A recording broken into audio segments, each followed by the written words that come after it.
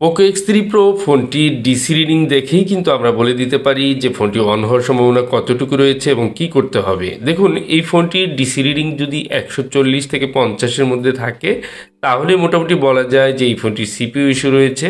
এছাড়াও কিন্তু বিভিন্ন রিডিং রয়েছে যেগুলো দেখে আমরা কিন্তু সিপিইউর প্রবলেমটি আইডেন্টিফাই করতে পারি।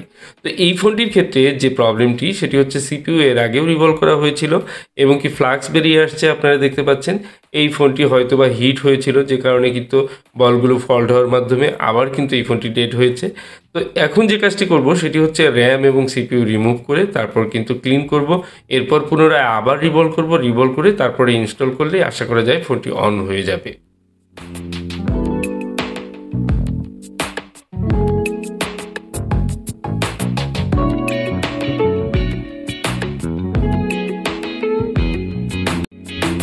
বর্তমানে অনেক ফোন রয়েছে যেগুলোতে রিভলভ করা হয়েছে বা আবার প্রবলেম হচ্ছে। তো রিভলিং যদি পারফেক্ট হয় 1 থেকে 1.5 বছর 2 বছর পর্যন্ত এই ফোনগুলো কিন্তু অনায়াসে ভালোভাবে চলে। আর সবচেয়ে বড় বিষয় হচ্ছে যে এই ফোনগুলো যদি আবার কোনো ডেড ইস্যু বা ওই সেম প্রবলেম আসে তাহলে কিন্তু রিভলভ করলেই কিন্তু ফিক্স হয়ে যায়। সেক্ষেত্রে ঝুঁকিও থাকে না। কিন্তু অবশ্যই রিভলিং একজন এক্সপার্ট দিয়ে করাতে হবে, কারণ রিভলভ যত পারফেক্ট হবে তত ফোনটি কিন্তু ভালো চলবে।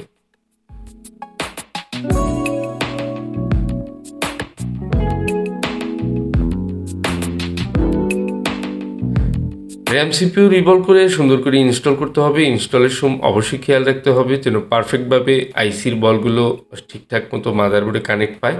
যদি একটু কম বেশি হয়ে যায় বা কোনো বল কানেক্ট পেয়েছে পায়নি এরকম প্রবলেম হয় তাহলে কিন্তু সেই ফোনটি খুব ফ্রিকুয়েন্টলি আবার ডেড হতে পারে, বিভিন্ন সমস্যা দিতে পারে। আর সেজন্য কিন্তু আমাদের অবশ্যই খুব যত্ন সহকারে কাজগুলো করতে হয়। প্রতিটি কাজ যতটা সুন্দরভাবে যত্ন সহকারে করা হবে তত বেশি আশা করা যায় যে ভালোভাবে ফোনটি সার্ভিস পাওয়া যাবে।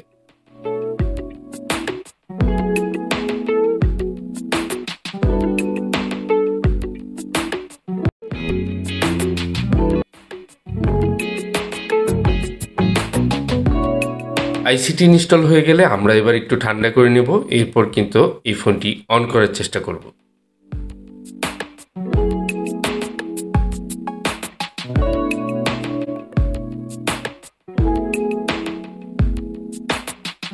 চার্জার কানেক্ট করার পরেই কিন্তু ফোনটি দেখুন অন হয়েছে বা লোগো এসেছে।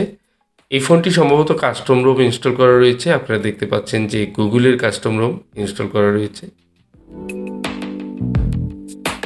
ফোনটি সম্পূর্ণ এখন অন হয়েছে এবং আশা করি সম্পূর্ণভাবে আবার সব ঠিকঠাক মতো চলবে।